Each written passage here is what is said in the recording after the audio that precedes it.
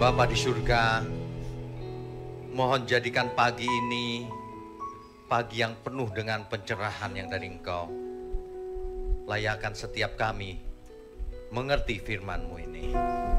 Berkati mulut hamba-Mu untuk menyampaikan kebenaran ini. Terima kasih, hanya dalam nama Tuhan Yesus kami berdoa. Amin. Silakan duduk Bapak Ibu, saudara sekalian. Selamat pagi, Shalom. Senang sekali setiap minggu pagi kita bisa belajar firman dengan benar. Hari ini temanya adalah Babel. Dengan dua subtema. Yang pagi ini cawan murka Allah. Yang nanti ibadah kedua kegelapan terakhir. Kalau kita mendengar kata Babel, ya, sebenarnya nama Babel itu bahasa Ibraninya Babel atau Bavel. Yunaninya Babylon. Mungkin sering mendengar Babilonia ya. Babilonia. Dalam bahasa Babilonia itu disebut Babili. Babili. Yang artinya pintu gerbang Allah. Jadi Babel itu artinya pintu gerbang Allah. Dalam bahasa Arab disebut Burj Babil. Bapak Ibu kalau pernah ke mana ya? Ke Dubai, itu ada gedung tertinggi di dunia, Burj Khalifa. Ya, Burj itu menara, saudara. Dalam bahasa Ibrani disebut Migdal, Migdal Bavel. Kalau kita mendengar kata Babel, kita langsung ingat kisah yang terkenal, Menara Babel ya. Dari sejak sekolah minggu kita sudah belajar tentang Menara Babel. Itu dicatat dalam Kejadian pasal 11 ayat 1 sampai 9. Coba kita baca ya. Kejadian pasalnya yang ke-11 ayat 1 sampai 9. Adapun seluruh bumi satu bahasanya dan satu logatnya. Bahasa apa itu? Kita tidak tahu pasti. Sebagian mengatakan itu bahasa Ibrani, Pak. Belum tentu. Ada beberapa argumentasi, tapi kita tidak akan bahas itu.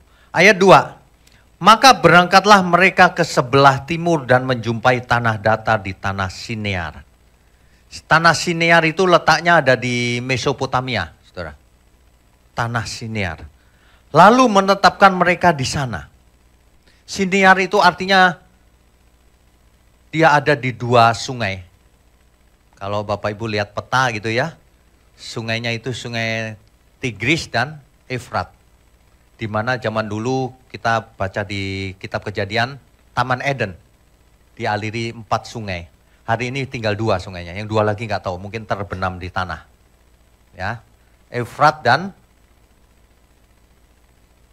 Oke. Nah, jadi itulah tanah Sinear, Efrat dan Tigris ya.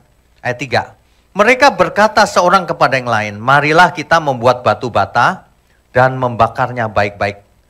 Lalu bata itulah dipakai mereka sebagai batu dan tergala-gala sebagai tanah liat. Rupanya hari itu sudah ada pabrik bata. Di zamannya Babel itu bata dipakainya untuk membangun menara Babel. Jadi jangan berpikir menara Babel dibangun dari apa gitu, batu bata. Ya. Juga kata mereka, marilah kita dirikan bagi kita sebuah kota dengan sebuah menara yang puncaknya sampai ke langit. Bapak Ibu kalau mendengar kalimat puncaknya sampai ke langit itu bukan berarti puncaknya sampai langit itu figuratif. Maksudnya tinggi sekali di zaman itu. Di zaman itu ya, zaman sekarang kalah sama bangunan-bangunan tertinggi dunia, Menara Babel. Nah, dan marilah kita cari nama. Nah ini dia, cari nama maksudnya apa ya? Supaya terkenal, supaya populer, supaya tinggi statusnya, cari nama. Mereka mau cari nama, sombong, mau menyombongkan diri. Ini cari nama ini. Supaya kita jangan terserak ke seluruh bumi. Tapi apa yang terjadi? Lalu turunlah Tuhan untuk melihat kota dan menara yang didirikan oleh anak-anak manusia itu. Dan ia berfirman, Mereka ini satu bangsa dengan satu bahasa untuk semuanya. Ini barulah permulaan usaha mereka. Mulai dari sekarang, apapun juga yang mereka rencanakan tidak ada dan tidak akan dapat terlaksana. Tuhan rupanya marah besar dengan rencana mereka mau bangun menara Babel. Ya, ayat 7.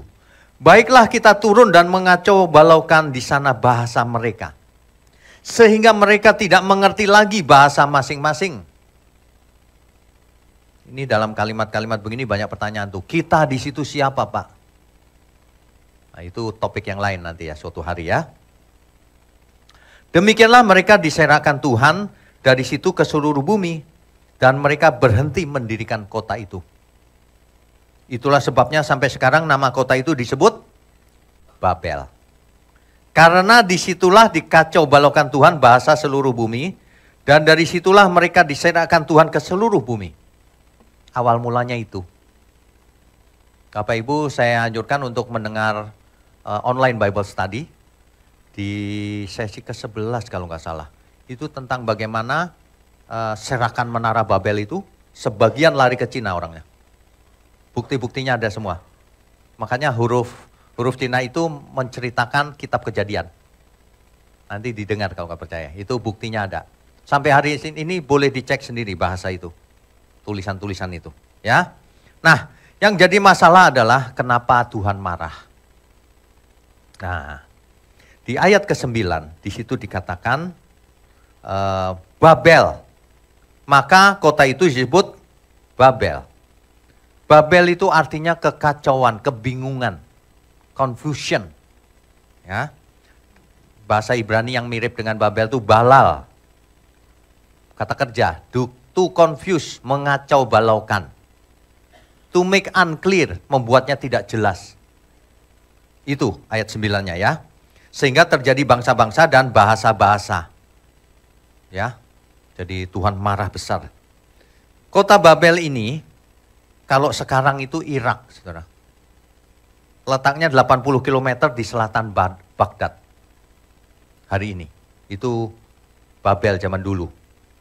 Mereka percaya bahwa kota Babel dibangun oleh Dewa Marduk namanya. Sedangkan Alkitab mencatat kota Babel dibangun oleh Nimrod.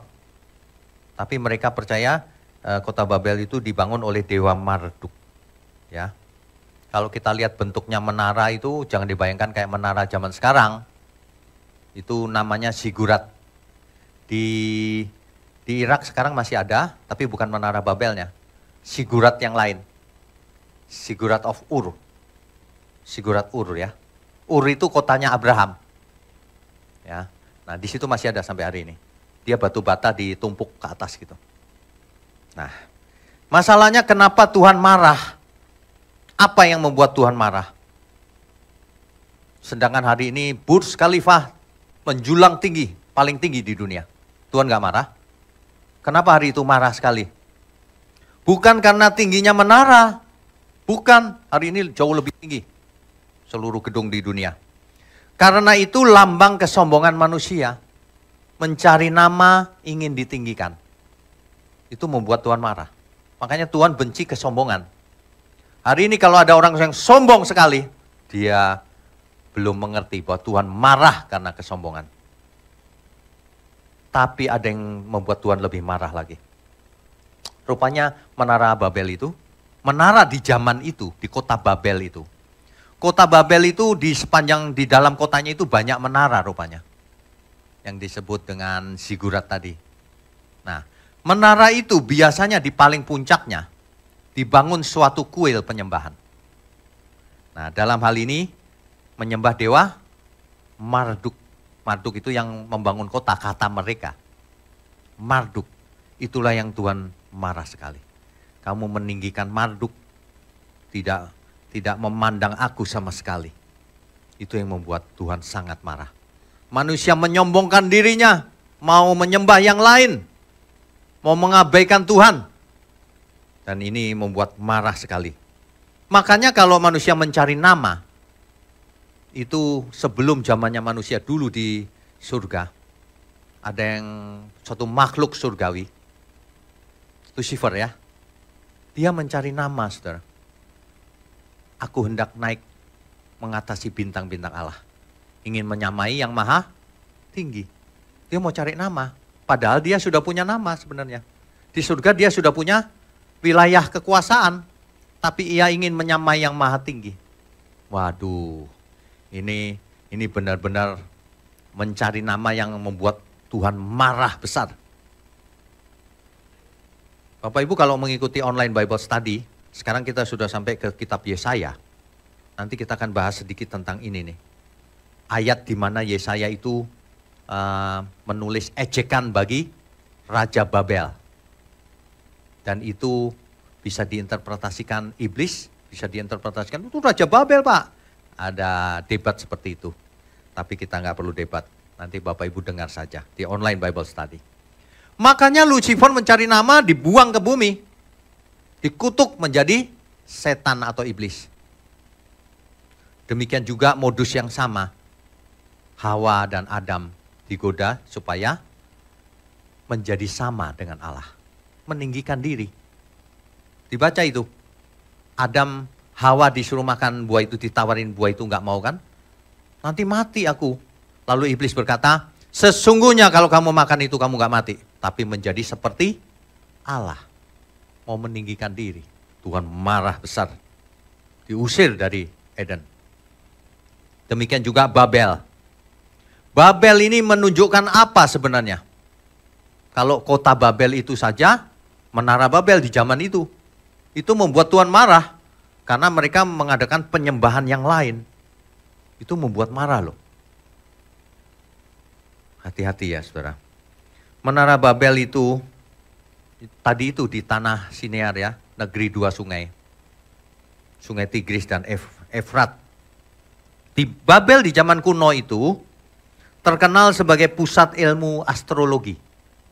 Jadi di Babel itu banyak sekali ahli perbintangan. Ingat ya, kalau kita lihat peta, Babel itu adanya di timur. Mesopotamia itu di timur, Irak itu kan di timurnya Israel, di bagian timur. Nah, di situ ahli perbintangan tuh. Dia mempelajari gerak bintang dan meramalkan apa yang akan terjadi di masa depan. Itu di zamannya Babel hari itu.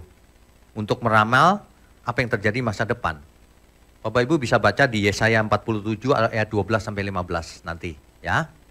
Nah, kita ingat nggak ada orang Majus yang dari timur?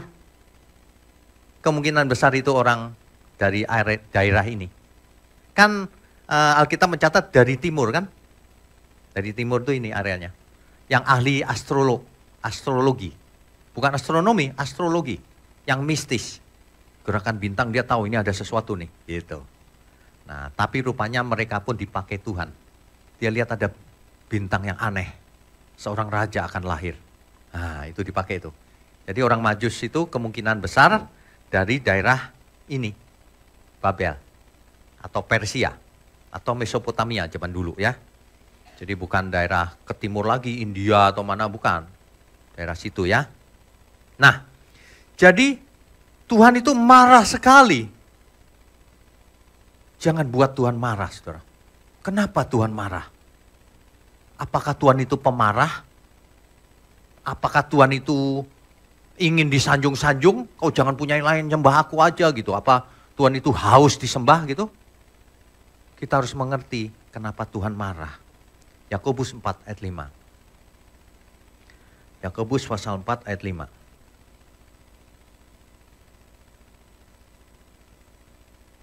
Janganlah kamu menyangka bahwa kitab suci tanpa alasan berkata, roh yang ditempatkan Allah dalam diri kita, diingininya dengan cemburu. Ingat gak waktu penciptaan? Roh Allah diberikan kepada manusia mula-mula. Dihembus roh Allah. Nismat Hayim, dihembus roh Allah. Dihembus nafas kalimatnya, tapi itu roh. Itulah yang diingini Tuhan dengan cemburu sangat kuat. Supaya apa? Supaya tidak binasa. Tuhan sangat mengingininya dengan cemburu. Kalimatnya itu cemburu loh. Bayangkan Bapak Ibu kalau seorang pacaran gitu ya, cemburu gitu ya. Waduh, itu kuat sekali loh. Jadi dipakai kata ini, Artinya Tuhan sangat menginginkan bahwa roh yang ditempatkan Tuhan dalam diri kita itu diingini Tuhan dengan sangat kuat. Itu.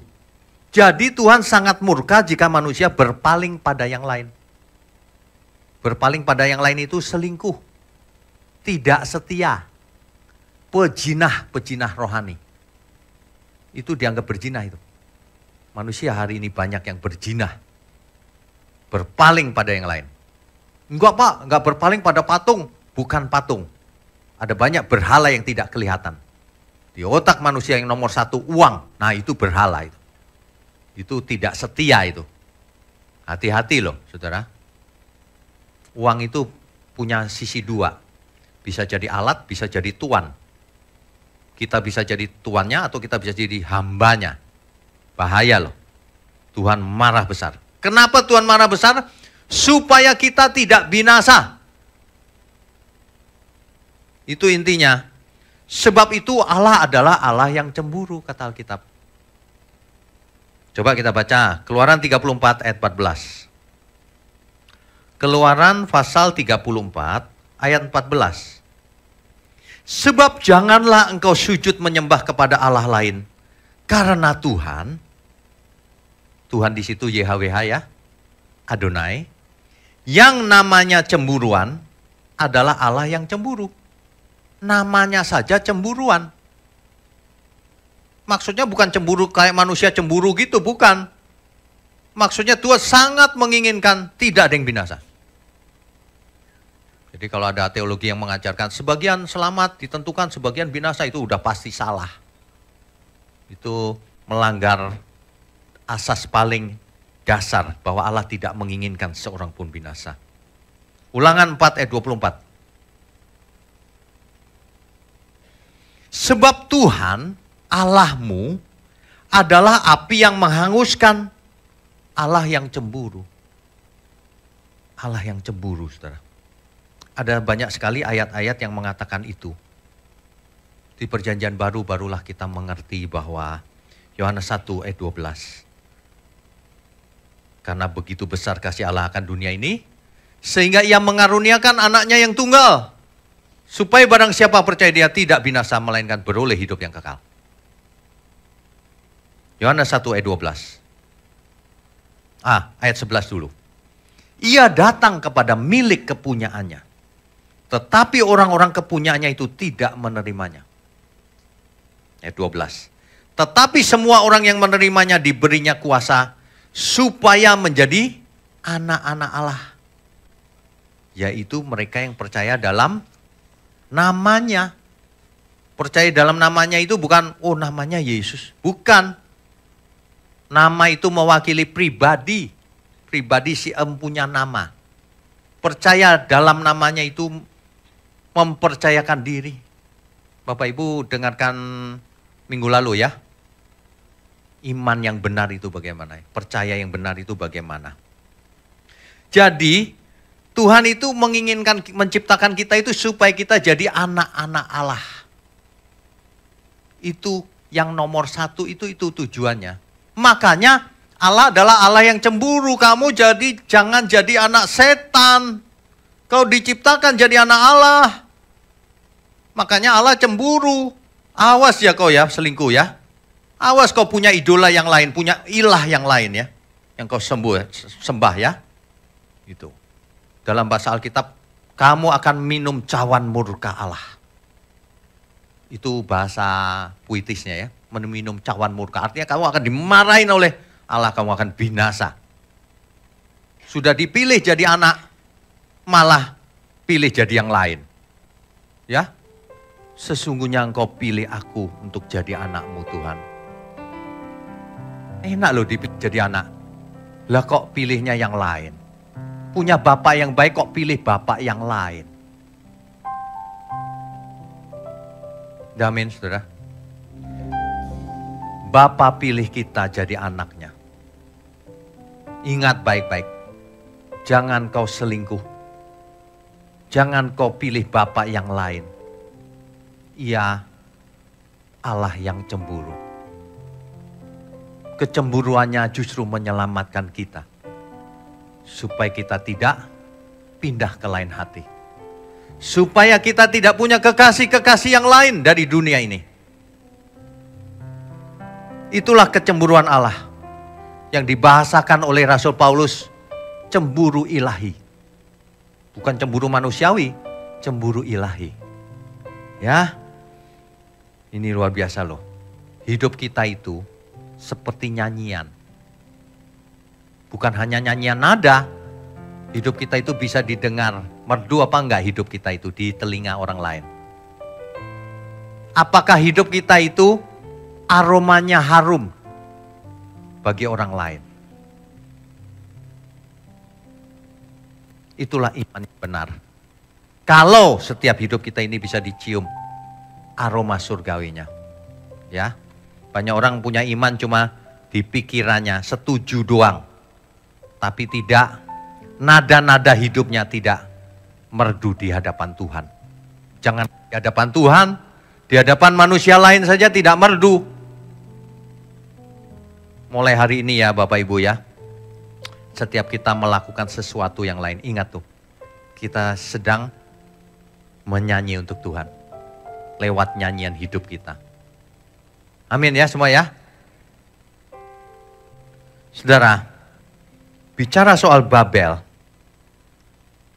itu ketika zamannya Salomo menjadi raja. Itu tahun 970 sampai 931 sebelum Masehi. Waktu itu kerajaan Babel belum kuat. Bahkan menjalin perdagangan dengan Israel dan Mesir hari itu. Masih baik-baik saja gitu. Yang kuat hari itu adalah kerajaan Asyur. Makanya Babel memberontak terhadap Asyur, ngelawan terus. Sampai suatu hari, tahun 612 sebelum Masehi. Ibu kotanya Asyur yaitu Niniwe dihancurkan oleh Babel. Asyur jatuh. Babel menjadi superpower yang berikutnya. Negara superpower, adidaya yang berikutnya. Itu kerajaan Babel. Sehingga akhirnya malah menyerang Yehuda. Yerusalem dengan bait Allahnya dihancurkan oleh Babel. Hari itu mimpi buruk, saudara. Rajanya namanya Nebukadnezar. Tahunnya 586 sebelum Masehi. Yerusalem dengan bait Allahnya yang pertama hancur. Dan banyak penduduknya dibuang ke Babel. 2 Raja-Raja pasal 24 ayat 10 sampai pasal 25 ayat 21. Dan itu adalah hukuman atas dosa umat pilihan.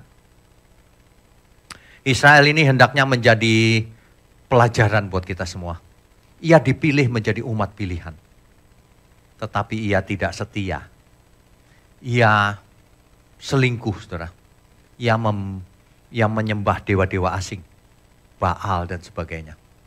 Agak aneh ya. Umat pilihan tapi tidak setia. Akhirnya dihukum Tuhan. Tuhan pakai bangsa Asyur untuk memusnahkan Israel Utara. Israel Utara dengan 10 sukunya hancur lebur, Samaria hancur. Orang-orangnya dibawa ke Asyur, gak balik sampai hari ini. Habis. Yang di selatan kerajaan Yehuda sama. Allah pakai Babel untuk menghancurkan Yerusalem dengan bait Allahnya. Orang-orangnya dibawa ke Babel. Tetapi Allah setia pada janjinya. Akan ada Mesias yang lahir dari suku Yehuda.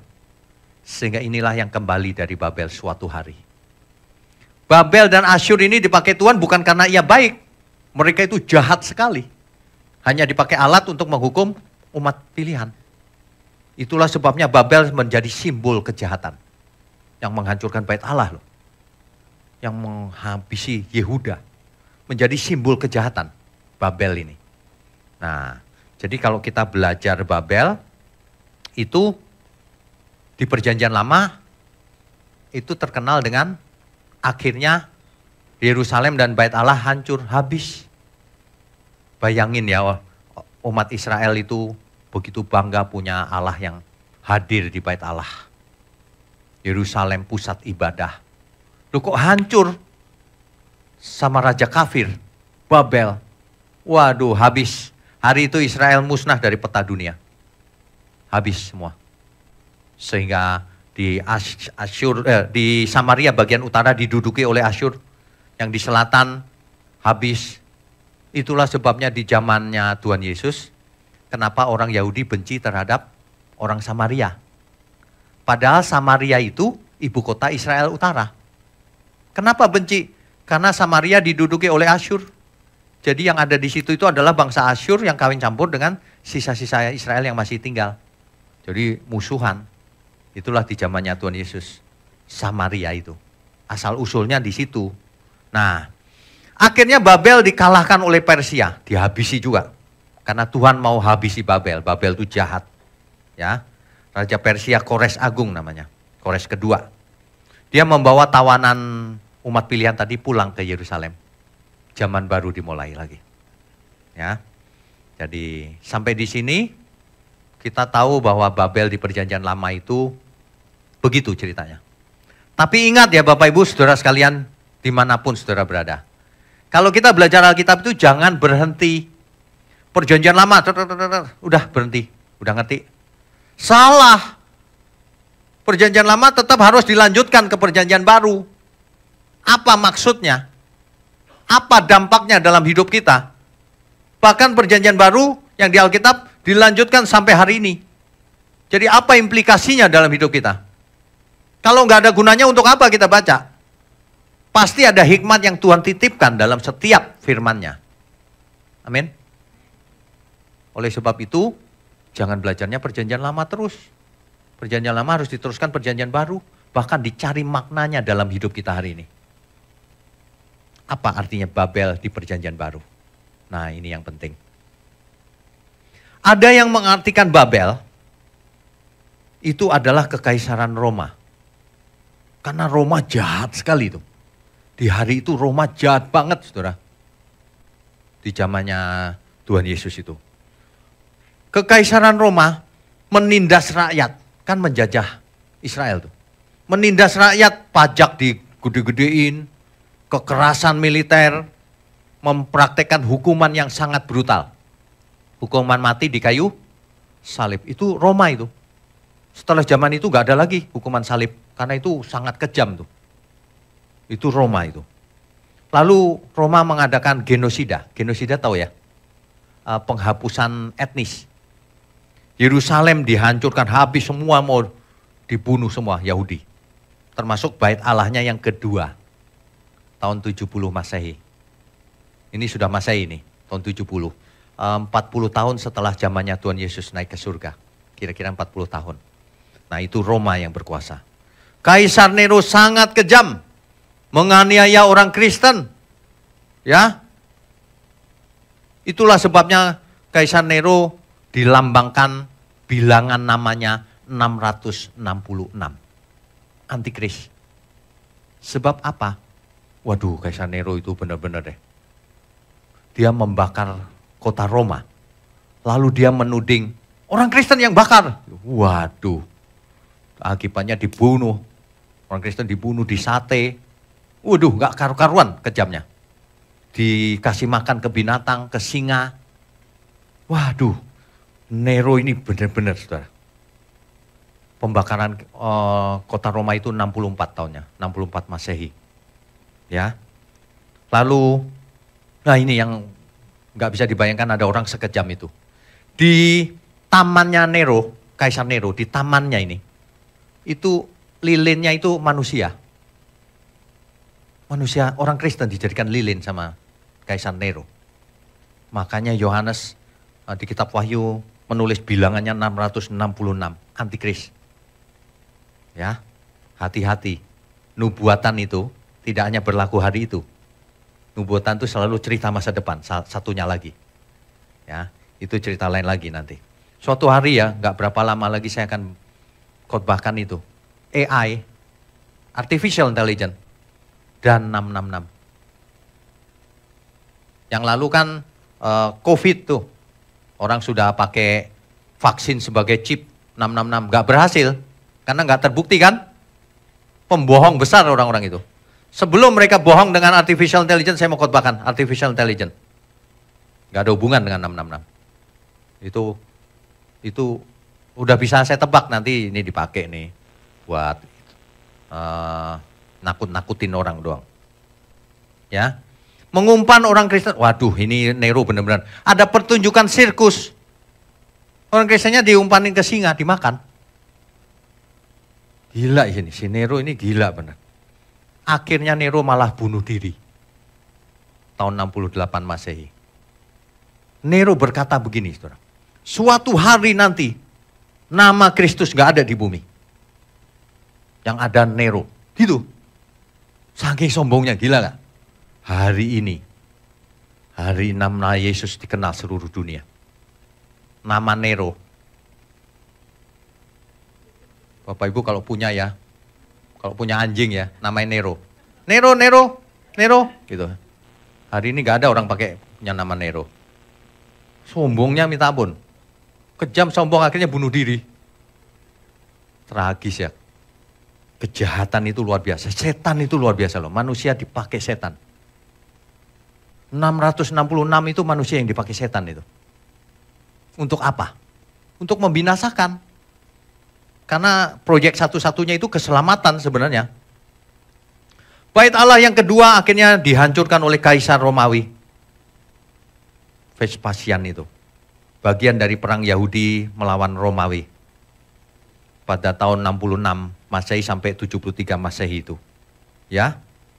Aduh, ini Nero dikodekan dengan 666. Hari ini ada yang jauh lebih penting, saudara.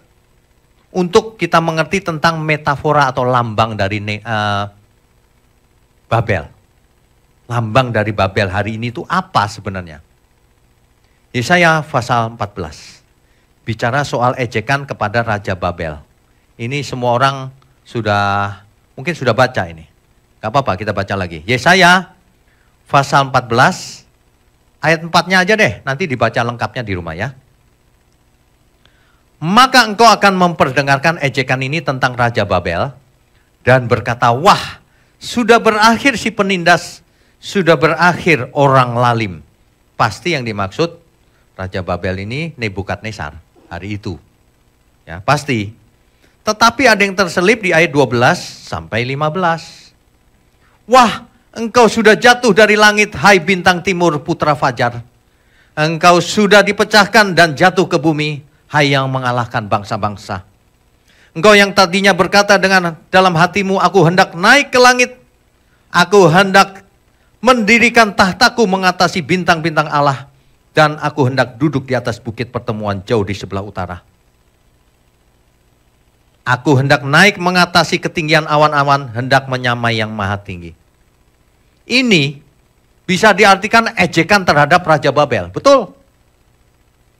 Tetapi ingat, suatu nubuatan itu bisa berlaku hari itu, tapi sekaligus titipan masa depan yang akan terjadi. Jadi kalau orang yang belajar biblika, enggak itu Raja Babel Pak, betul. Tapi kamu mesti ingat, nubuatan itu seringkali ganda. Untuk maksud hari itu dan maksud akan datang. Rupanya yang akan datang itu cerita, atau yang masa lalu, itu cerita tentang si iblis, si setan itu. Ya, jadi Babel ini selalu hubungannya dengan setan itu. Meninggikan diri, mencari nama, menghancurkan bait Allah, membuang orang-orang pilihan. Itu Babel itu hubungannya selalu itu. Nah, Yesaya dihubungkan Raja Babel ini dengan si setan sendiri, si iblis sendiri. Jadi dari sini kita sudah tahu si Babel ini oknum jahat. Jadi secara literal Babel itu memang jahat. Ini tidak ada hubungan dengan Irak hari ini ya. Ini Babel istilah di Alkitab. Ya. Tuhan menghukum Babel. Di kitab Yesaya dikisahkan bagaimana Tuhan menghancurkan Babel akhirnya. Nah, yang ada hubungan langsung dengan kita, kitab Wahyu. Kitab Wahyu, saudara. Kitab Wahyu itu cerita tentang kota Roma hari itu. Tapi sekaligus yang akan datang. Inilah metafora atau lambangnya kitab Wahyu. Wahyu 14 ayat 8. Wahyu 14 ayat 8. Dan seorang malaikat lain, malaikat kedua menyusul dia dan berkata, sudah rubuh Babel, kota besar itu, yang telah memabukkan segala bangsa dengan anggur hawa nafsu cabulnya. Jadi yang dimaksud Babel di sini adalah yang telah memabukkan segala bangsa dengan anggur hawa nafsu cabulnya. Yang dimaksud cabul di sini adalah cabul, dia pindah ke lain hati. Tidak setia sama Tuhan. Itu cabul. Ya, itu ayat 8. Ayat 9. Dan seorang malaikat lain, malaikat ketiga menyusul mereka dan berkata dengan suara nyaring, jikalau seorang menyembah binatang dan patungnya itu, dan menerima tanda pada dahinya dan atau pada tangannya, dahi dan tangan, maka ia akan minum dari anggur murka Allah, yang disediakan tanpa campuran dalam cawan murkanya. Murka banget Allah. Dan ia akan disiksa dengan api dan belerang di depan mata malaikat-malaikat kudus dan di depan mata anak domba. Anak domba di situ siapa? Tuhan Yesus. Jadi kalau seseorang menyembah binatang itu dan patungnya, maka ia akan minum cawan murka Allah. Allah akan murka besar. Sebab apa? Ini kan lambang semuanya ya. Ini metafora, lambang. Kalau seseorang minum atau menyembah patung dan binatang itu, yang bilangannya 666 itu, ini tidak menunjuk kepada Nero lagi. Ini suatu pribadi yang membinasakan. Yang membuat manusia binasa. Yang membuat manusia menolak Allah. Yang membuat manusia bisa merasa mencapai Allah dengan benar, padahal tidak bisa. Yang membuat manusia akal budinya jadi miring. Yang membuat manusia meleset dari tujuan semula manusia diciptakan. Yang membuat manusia tidak memuliakan Allah yang benar. Yang membuat manusia menolak Yesus sebagai Tuhan. Kalau kamu menyembah binatang itu dan patungnya, kamu akan menjadi seperti dia. Cara berpikirnya, hidupnya, filosofinya, frekuensi hidupnya, seleranya, gairah hidupnya akan menjadi seperti dia. Oleh sebab itu, jangan kamu punya ilah lain di hadapanku. Kan begitu kan hukumnya? Oleh sebab itu Allah adalah Allah yang cemburu. Kamu punya kekasih yang lain, kamu binasa nanti. Kamu punya idola yang lain, punya berhala, kamu binasa nanti. Jangan seperti Israel yang tidak setia, yang punya berhala-berhala yang lain. Dihukum oleh Tuhan, mereka minum cawan murka Allah. Mereka binasa. Ya. Ini kitab Wahyu menceritakan hal itu sebenarnya. Memang kalau secara harafiah itu Roma yang dimaksud. Tapi rupanya di masa depan ini ada arti lain. Lambang dari semuanya ini. Ya. Allah memberikan kepada Babel cawan yang penuh dengan anggur kegeraman murkanya. Murka terhadap Babel. Tentu bukan Babel yang dulu itu. Kota, ngapain Allah murka sama kota. Ini Babel tanda kutip. Ini Babel lambang. Lambang sesuatu. Atau lambang seseorang. Atau lambang suatu sistem. Atau lambang suatu ajaran. Yang menjauhkan manusia dari Tuhan. Yang membuat manusia binasa. Itu Babel. Ya. Jadi kalau mau diartikan secara literal, Roma yang sangat kejam hari itu. Antikris. Orang Kristen dianiaya, dibunuh. Tapi hari ini ada yang lebih berbahaya. Sesuatu yang tidak kelihatan. Filosofi, ajaran, atau apapun itu. Agama, atau apapun. Kalau itu Babel, kamu akan minum cawan murka Allah. Kalau kamu selingkuh, kamu punya cara hidup yang lain dibandingkan yang Tuhan ajarkan, kamu akan binasa. Minum cawan murka Allah. Nanti Bapak Ibu bisa baca pasal 18 ya. Pasal 17 dulu. 17 ayat 5. Dan pada dahinya tertulis suatu nama, suatu rahasia, Babel besar. Ibu dari wanita-wanita pelacur dan dari kekejian di bumi. Saudara ya, mesti mengerti bagaimana cara baca Alkitab. Itu lambang. Ibu dari pelacur dan kekejian di bumi. Itu yang membinasakan maksudnya. Babel besar. Bukan Babel, kota Babel yang perjanjian lama itu. Ini bicara soal sesuatu nih. Ingat ya, tadi saya sudah sebutkan ya. Babel besar itu sesuatu. Atau seseorang. Atau suatu sistem. Yang mengajarkan, yang membuat kita tidak setia sama Tuhan.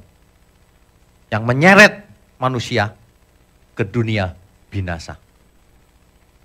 Si iblis itu, lawan kita itu tahu Allahnya Allah yang cemburu. Cemburunya apa? Supaya manusia menjadi anak Allah. Makanya si iblis mau berusaha supaya manusia menjadi anak setan. Sehingga binasa.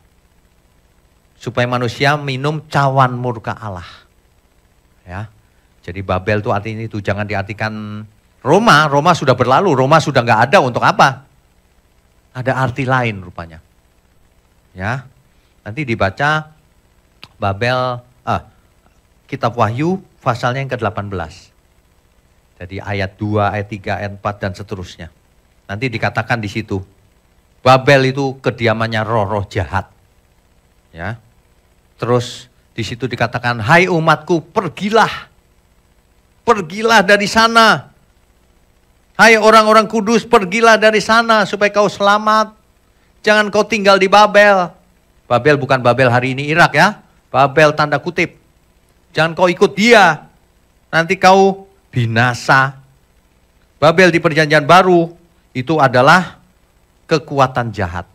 Aliran-aliran, ajaran-ajaran, nilai-nilai yang menentang Tuhan. Pemberontakan kepada Tuhan. Antikris.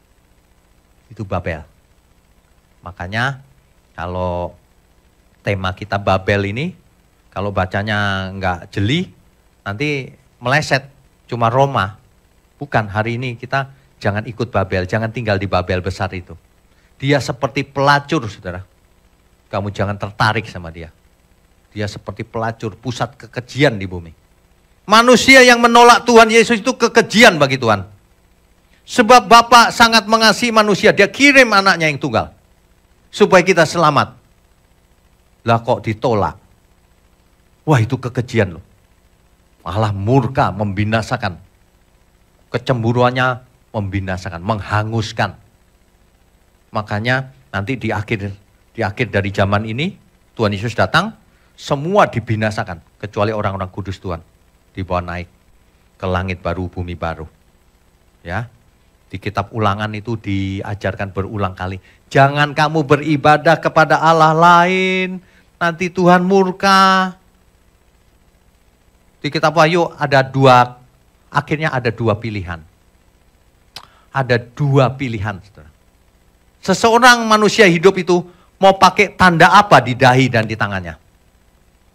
Mau pakai tanda apa kau? Mark of the Lamb. Tanda anak domba itu. Atau mark of the beast. Tanda binatang itu yang kau kenakan. Pilihan di tangan kita. Kita baca. Wahyu pasal 14 ayat 1. Wahyu pasal 14 ayat 1. Dan aku melihat sesungguhnya anak domba berdiri di bukit Sion. Dan bersama-sama dengan dia 144.000 orang. Dan di dahi mereka tertulis namanya. Dan nama Bapaknya. Di sini tertulis namanya dan nama Bapaknya. Nama sang anak domba dan nama Bapa di surga. Itu bukan tato ya, bukan chip, bukan tulisan, bukan stiker, bukan itu lambang, metafora. Artinya apa yang ada dalam pikiranmu? Akal budimu itu apa? Yang ada di dalam sini apa sebenarnya? Dahi itu lambang akal budi. Akal budimu seperti apa?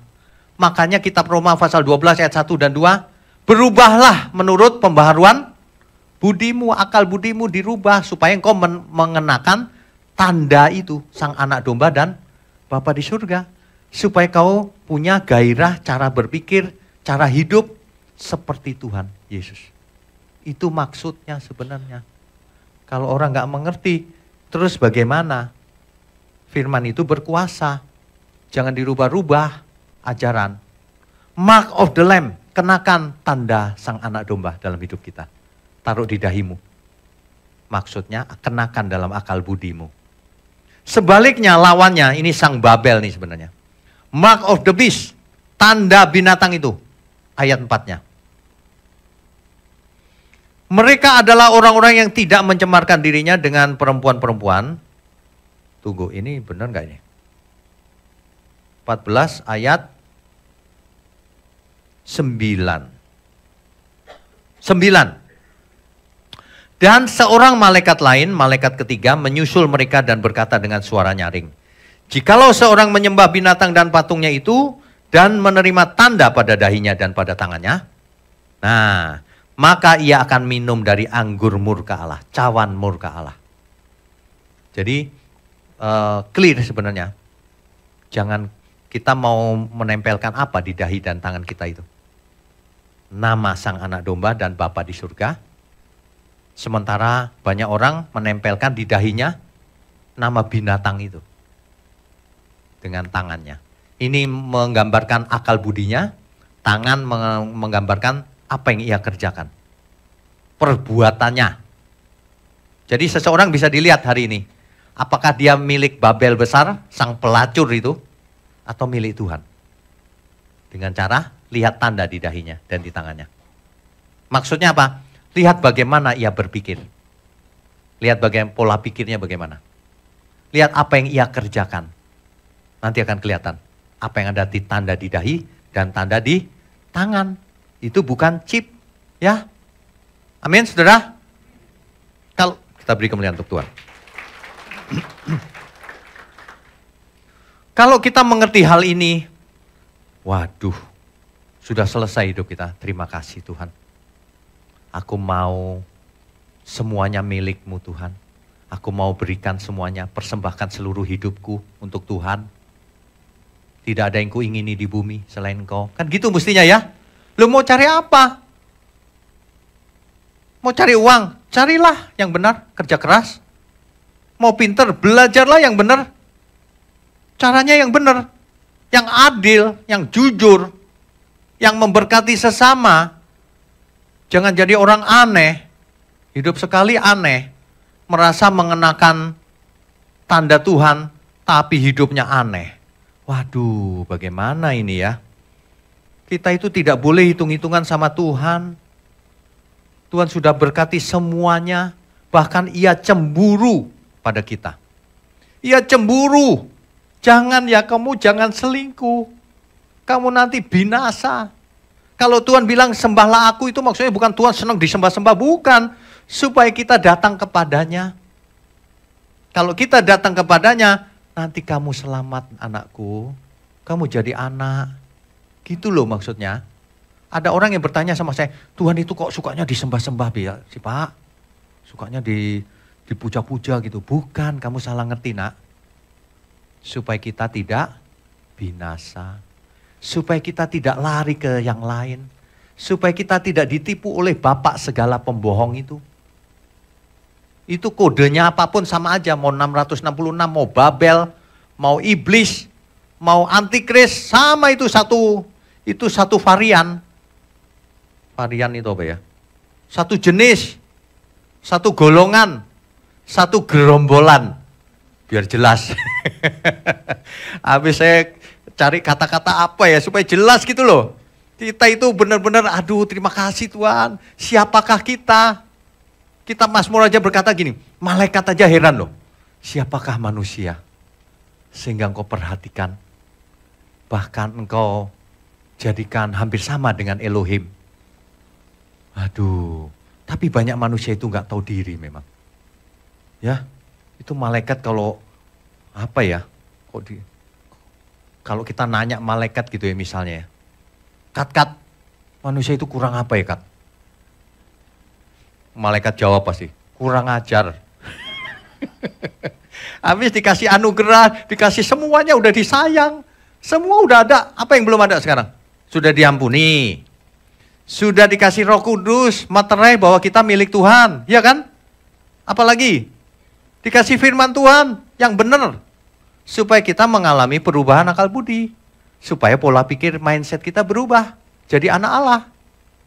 Sudah disertai setiap hari. Kurang apa lagi? Kan begitu harusnya.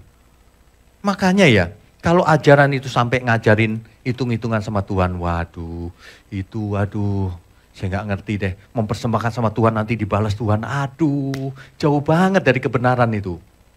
Tapi orang nggak suka loh saya ngomong gini, biarin aja deh. Ya, berani hitung-hitungan sama Tuhan.